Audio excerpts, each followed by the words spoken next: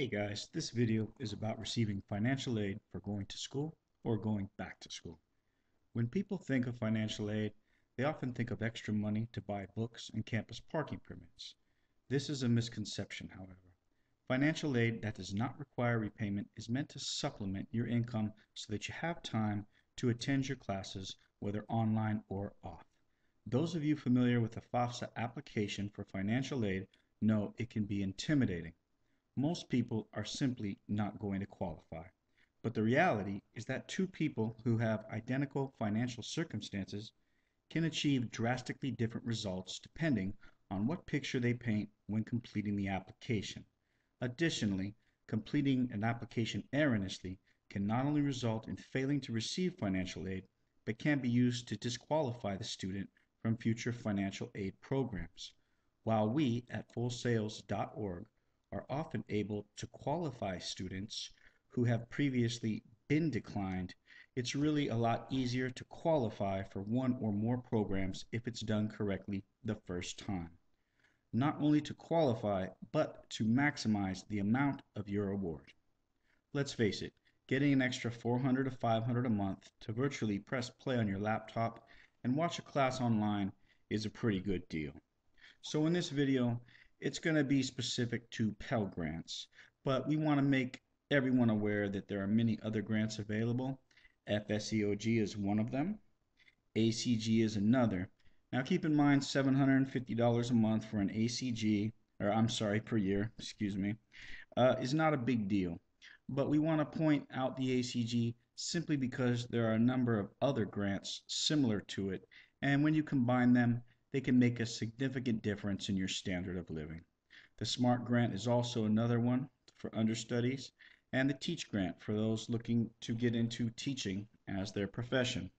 There are also a number of unawarded scholarships and student loans that do not require repayment depending on what your circumstances may be. Oops. Okay. FAFSA factors. So when we're applying for these grants, we're looking at basically 4 or 5 different common denominators for all of them. Financial needs, the primary largest common denominator. Student income is based on adjusted gross income, and that's really where most people mess up, and that's why people get declined, is because they simply don't know how to adjust their income. Now, their parents' income is also relevant, and parents oftentimes overstate their expected support for the student. But if you're married, your spouse is also considered a family member, and in that circumstance, that's also an expected contribution according to FAFSA. The household size is applicable if you are a dependent and your parents have other dependents. And the expected family contribution, once again, applies to not only parents, but to spouses as well. Financial need. Financial need's a pretty simple formula, but there's a lot of ways to mess it up. It's basically the cost of attendance minus your family contribution, and that is what equals your financial need. There's a lot more to it than that, but those are the basic nuts and bolts of your application and your future applications because they will be judged by your former FAFSA application. But the terms are fairly ambiguous. Your expected family contribution, for example, could be referring to either your parents or your spouse, or if there was a trust fund left behind for you. If you're planning on getting married, you'll definitely want to apply for your grant before you consider getting married. And if you are a dependent, your parents should consider making any large purchases they are considering prior to applying. They may wish to maximize their retirement contributions as well, because basically we want to make the largest financial need possible, and to sum it up, less is more. Okay, student income. The first thing you're going to want to consider is if you do have an income, you're going to want to maximize your IRA and your 401k, any retirement contribution you can. You're also going to want to deduct for alimony and child support if those apply to you. Now, when I say deduct moving expenses here, I'm really not including that so you'll have an extra $300 deduction against your AGI. Really, I'm just pointing out to you that there are hundreds of little things like that that really add up to a significant difference and make the difference between getting accepted or declined. So that's definitely going to be something you want to look into. Are little things like moving expenses, and there's just too many of them to mention in this video. You're going to want to deduct your tuition and fees, and you're going to want to deduct your student loans. Now, as far as your parents or spouse are concerned, once again, less is more. They're going to want to purchase their needs prior to applying. And when I say needs, I'm not specifically referring to staples of life. I'm talking about if they're considering purchasing a car or a home. Those are things that they're going to want to do beforehand. They'll also pardon me, want to minimize their capital gains. Um, Hopefully, that's a very good problem to have for most people. I don't know too many people that have that problem, but if they're lucky enough to have that problem, that's what they're going to want to do. They'll also, once again, want to maximize their retirement contributions, and they will not want to use trust funds to hide assets. People do try that. There's things you can get away with, and there's things that you can't. Trust funds are one of those things that you just can't. You'll definitely not want to overestimate your income. And most importantly, and I think it's significant for a lot of people right now, is that you'll want to include any capital loss.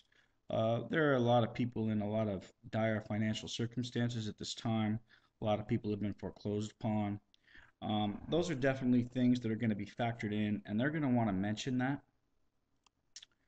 Okay, what is the expected family contribution? Well, once again, less is more.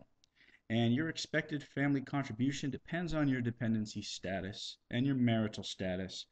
Um, to make it more simple or perhaps more complicated, I'm not sure which.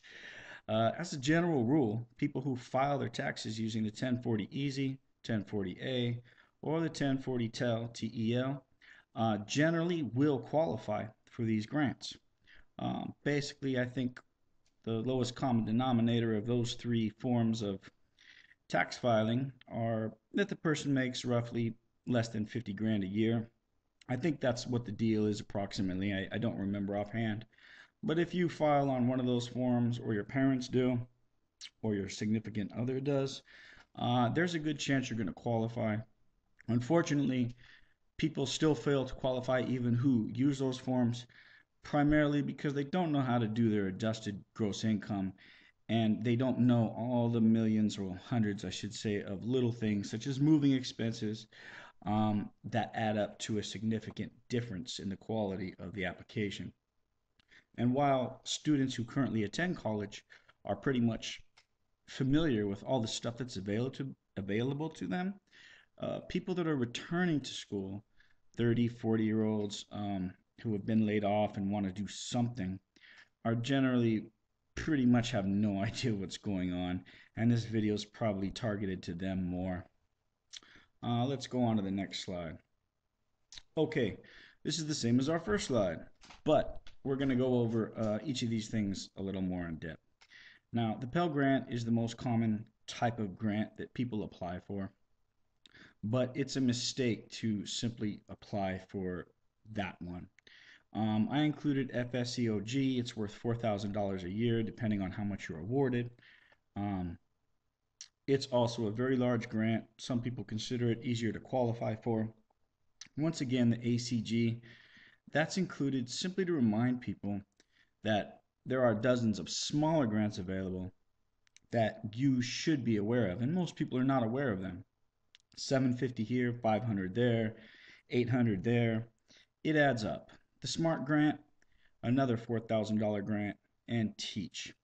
So unawarded scholarships are another major factor. Hundreds of unawarded scholarships just get fallen by the wayside each and every year, and people should definitely consider applying for them. That's a significant amount of money. It can definitely improve the quality of your life, and it doesn't take more than a week to try and track down the information you need to apply for those. Um, and when we go back to Perkins loans, student loans, things like that, if you're considering traveling, maybe doing some volunteer work, a lot of those loans simply are dissipated. You've compensated through your, I guess, contribution to humanity, And basically, if that's something you're interested in doing, those kind of loans are definitely going to interest you.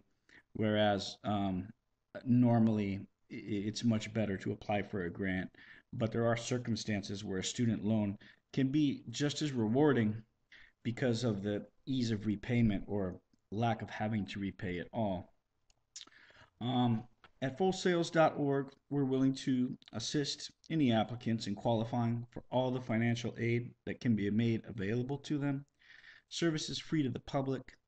Don't really know how much traffic's going to be generated from this video, so if it becomes overwhelming, I'll probably take the video down. But go ahead and give us a visit. We will definitely do our best to get your FAFSA applications approved. We'll do our best to make sure you qualify for everything that's relevant to your particular need. And we'll make sure you're well aware of all the things you can do to uh, paint your picture. Once again, people are declined who have identical financial circumstances to others that are approved. And it's simply because the application's pretty much designed to make you fail to qualify. So anyway, thank you for watching, folks. I hope you enjoy the video, and definitely consider getting some help with your stuff, especially since it's free. You owe it to yourself. And this isn't money to buy books and parking permits. This is, an extra $400 or $500 a month for you to improve the quality of your life, really. So once again, I thank you for watching, folks. Visit us at fullsales.org. Let us help you, free to the public. Thanks again.